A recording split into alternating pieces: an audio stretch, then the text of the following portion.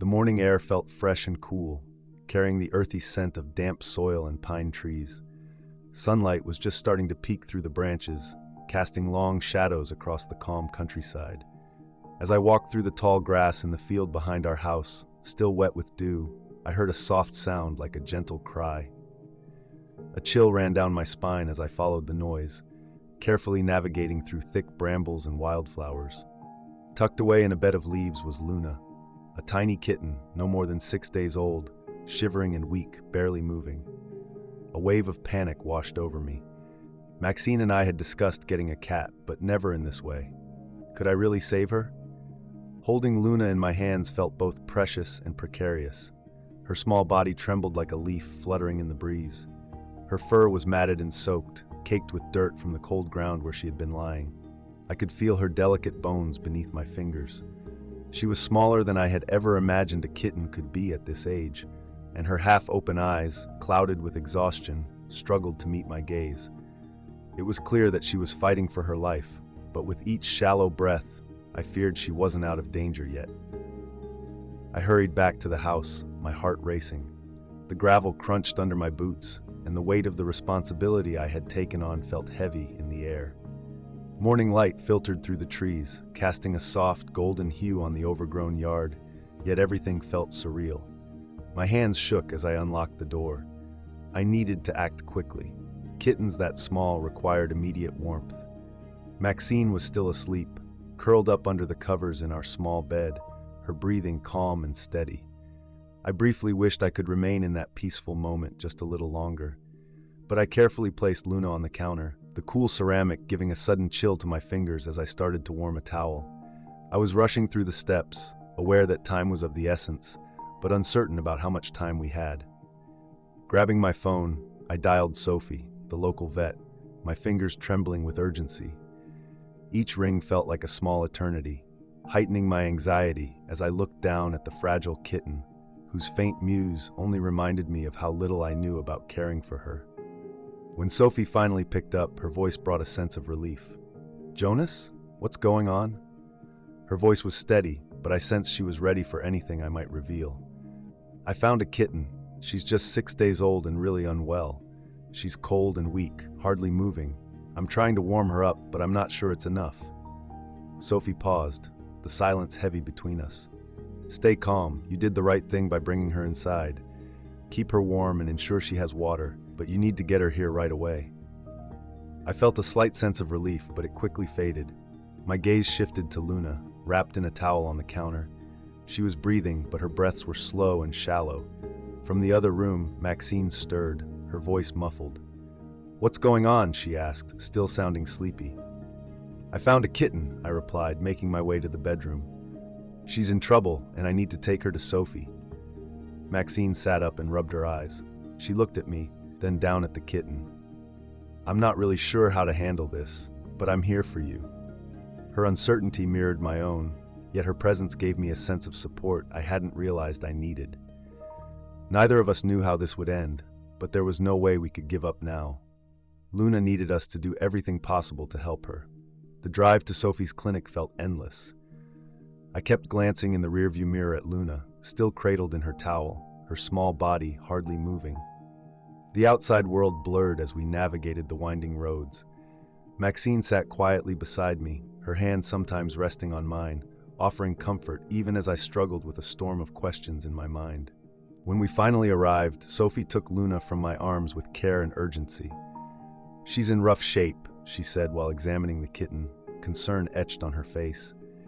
"This is a critical time for kittens, especially ones that have been abandoned. She might not make it through the night." A chill ran through me as I absorbed her words. I felt as if the ground had shifted beneath me.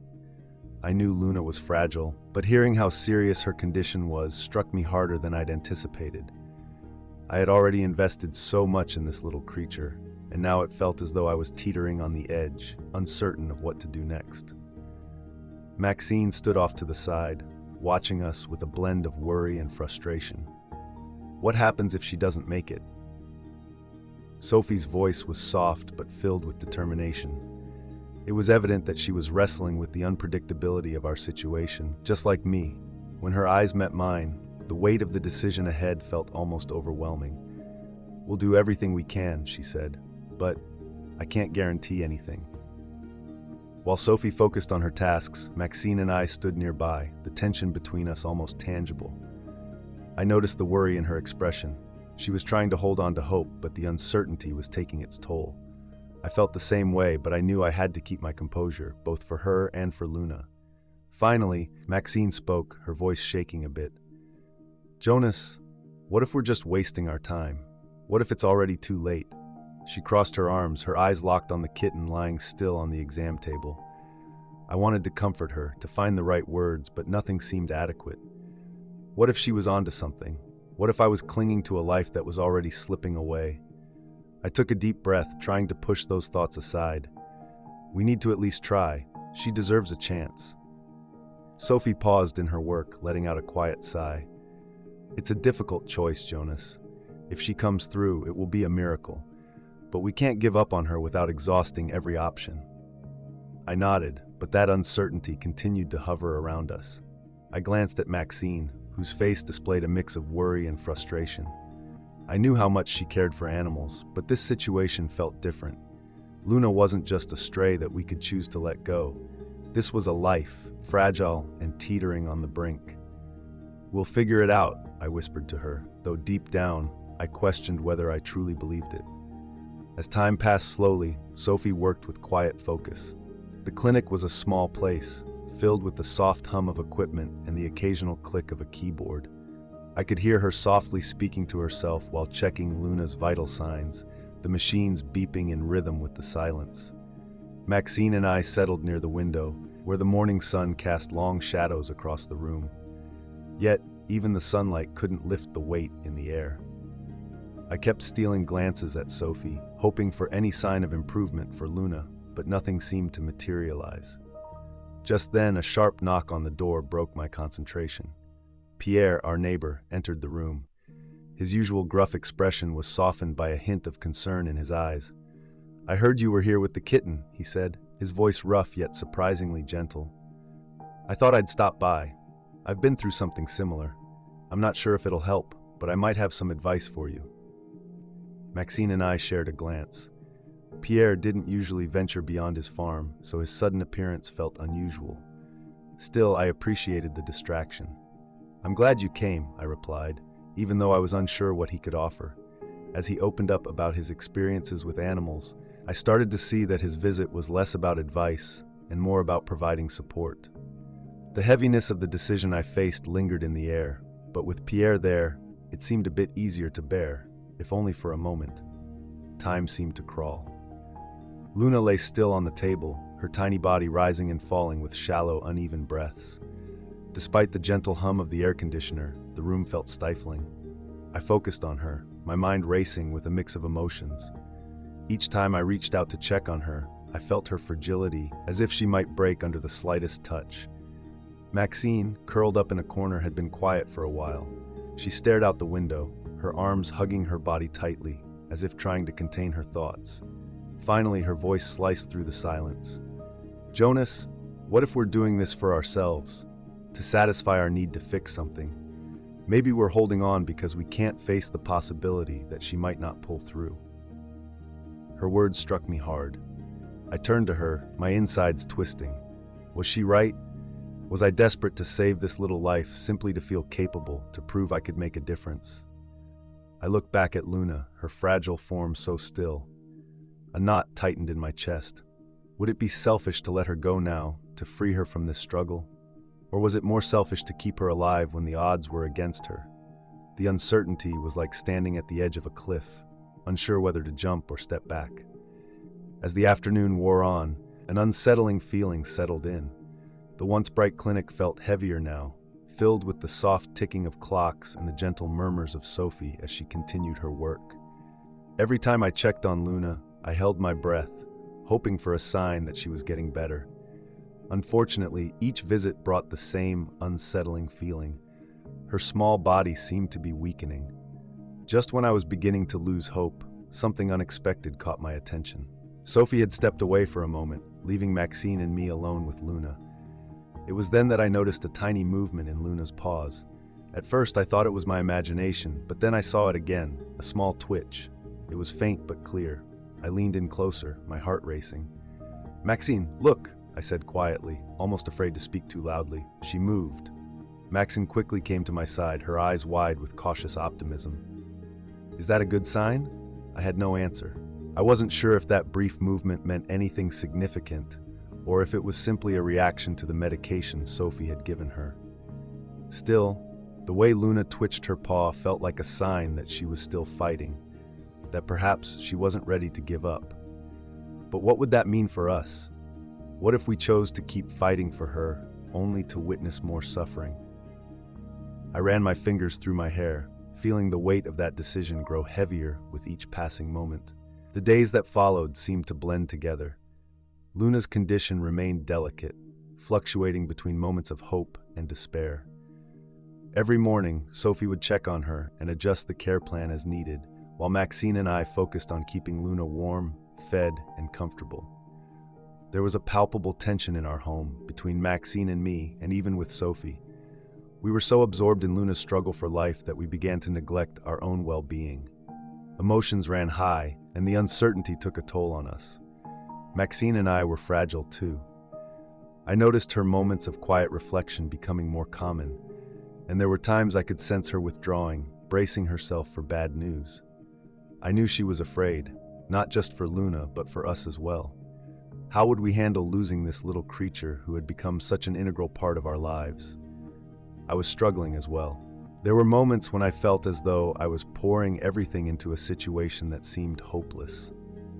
Yet, just when I was at my breaking point, I would catch a glimpse of Luna's delicate eyes looking up at me, her feeble body still fighting, and I found the strength to stay. Milo, our other cat, seemed to notice the changes happening at home. His usual independence had softened since Luna joined us. He'd sit quietly nearby, observing her with a watchful and almost protective demeanor. I often thought about whether he, too, was trying to understand what we were all facing. Caring for Luna had evolved into something much deeper than feeding and medication. It was about the connections we were forging, the difficult choices ahead, and the uncertainty of where it all might lead. As Luna's condition continued to change, the atmosphere in the house became increasingly tense. It was hard to know what to do next. Should we keep striving to help her recover, or was it time to let her go? Sophie had been incredibly supportive, offering her insights and updates, but her frustration was evident. She hoped to see Luna get better, but the reality was hard to ignore. The kitten was barely hanging on, her little body struggling against a relentless illness. One evening, as I sat beside Luna's bed, the weight of the decision truly sank in. It felt heavy, like a wave crashing down on me. I was drained, both physically and emotionally. Maxine had also become quieter, retreating into her thoughts. The pressure of the situation was wearing us both down, and we were uncertain about how to move forward. Then Sophie shared something that felt like a turning point. "Jonas, I need to be honest with you," she said, her tone steady yet empathetic. "Right now, we have two paths. We can continue to try to help Luna get better, but there's no guarantee she will pull through. Alternatively, we might consider letting her go. It's a difficult choice, but it could be the kindest option for her." Maxine, who had been observing from the doorway, stepped in. "We need to think about what's best for her," she said softly, her voice barely audible. "I love her, but I don't want to see her in pain anymore." I looked at them both, feeling torn between my wish to save Luna and the growing realization that it might be time to let her go. The next few days were a blur of quiet disagreements, unspoken fears, and a heavy blanket of guilt. Maxine and I seemed to be at odds more often than not.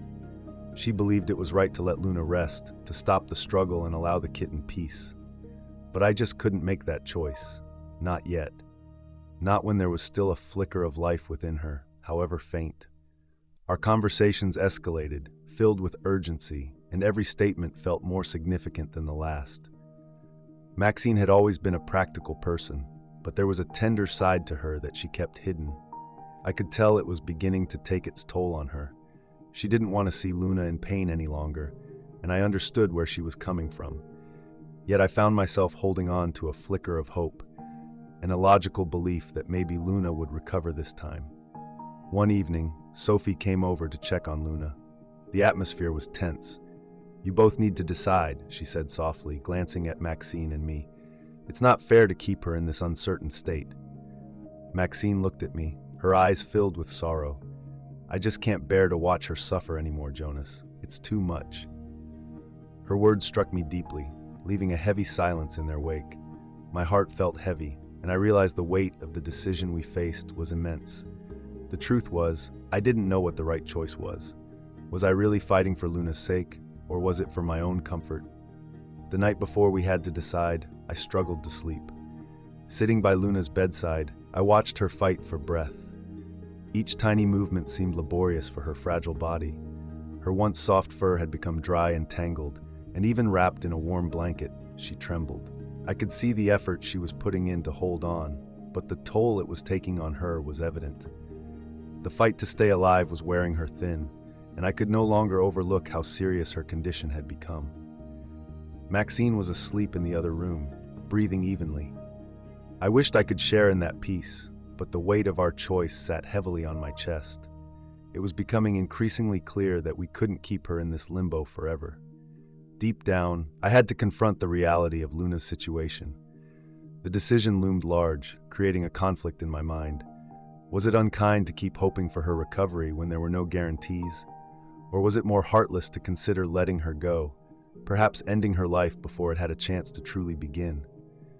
I sat in silence for what felt like an eternity, my thoughts racing. Then a soft meow broke through the stillness. It was faint, but it stopped me in my tracks.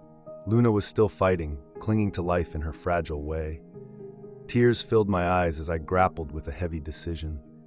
No matter which path we chose, it would change everything from that moment forward. The next morning, we reached a tipping point.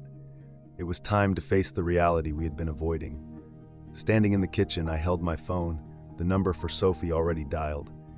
Next to me, Maxine looked pale, her red-rimmed eyes betraying her sleepless nights. We hadn't exchanged many words since the night before, but the weight of our decision loomed heavy, creating a distance that grew more pronounced with each passing minute. "Sophie is waiting for us," I said softly. "We need to go. It's time to decide, once and for all." At first, Maxine didn't respond. She simply nodded, her gaze drifting to Luna's bed in the corner. The little kitten breathed softly, but her breaths were slower and shallower. A part of me clung to that fragile sign of life, hoping she might pull through. Yet, the harsh reality was hard to ignore. Maxine finally broke the silence, her voice quivering. "Jonas, what if we're holding on for the wrong reasons? What if we're being selfish? What if she's suffering because we can't let go?" Her words hit me hard. I recognized the truth in them, the heavy reality we faced. I didn't want to be the one to make the choice, but I understood we couldn't keep putting Luna through this painful cycle of uncertainty. Looking at Maxine, I realized we were united in this difficult truth. We had to let her go. I gently cradled Luna one last time. "Goodbye, little one," I whispered, my voice wavering. "I hope you find peace." The days that followed were quiet, enveloped in a heaviness we couldn't shake. Maxine and I spent hours at the clinic with Sophie, holding Luna as she passed. It was a heartbreaking experience, and even now, I couldn't help but feel that ache in my chest. We knew letting go was the right choice, but that didn't lighten the burden. I often thought of the little kitten I once held in my hands, fighting so bravely, wondering if she understood how hard we tried for her. In the end, Luna's time with us was brief, yet her impact on our lives was deep and lasting. It was about more than just saving her. It was about the lessons she shared with us, lessons on love, letting go, and the tough decisions we sometimes have to make, even when they hurt deeply. Maxine and I found comfort in the memories of the short time we had with her. Those small moments of connection helped us grow closer, even during difficult times. While it wasn't a fairy tale ending, it was authentic, and I've learned that the unpredictability of rescue and life itself gives it all meaning. Not every rescue story ends with perfect happiness, but each journey leaves a lasting impression. As I reflect on Luna's brief life, I feel thankful for the chance to have loved her, to have tried my best, and to have said goodbye. If Luna's story resonated with you, or if you faced a similar situation, I'd really like to hear your thoughts. Consider subscribing to the channel so we can keep sharing these heartfelt experiences together. If animal rescue has touched your life, please share your insights in the comments below. I'll be back with more stories highlighting the challenges and victories of helping animals in need. Remember to like, share, and subscribe for more.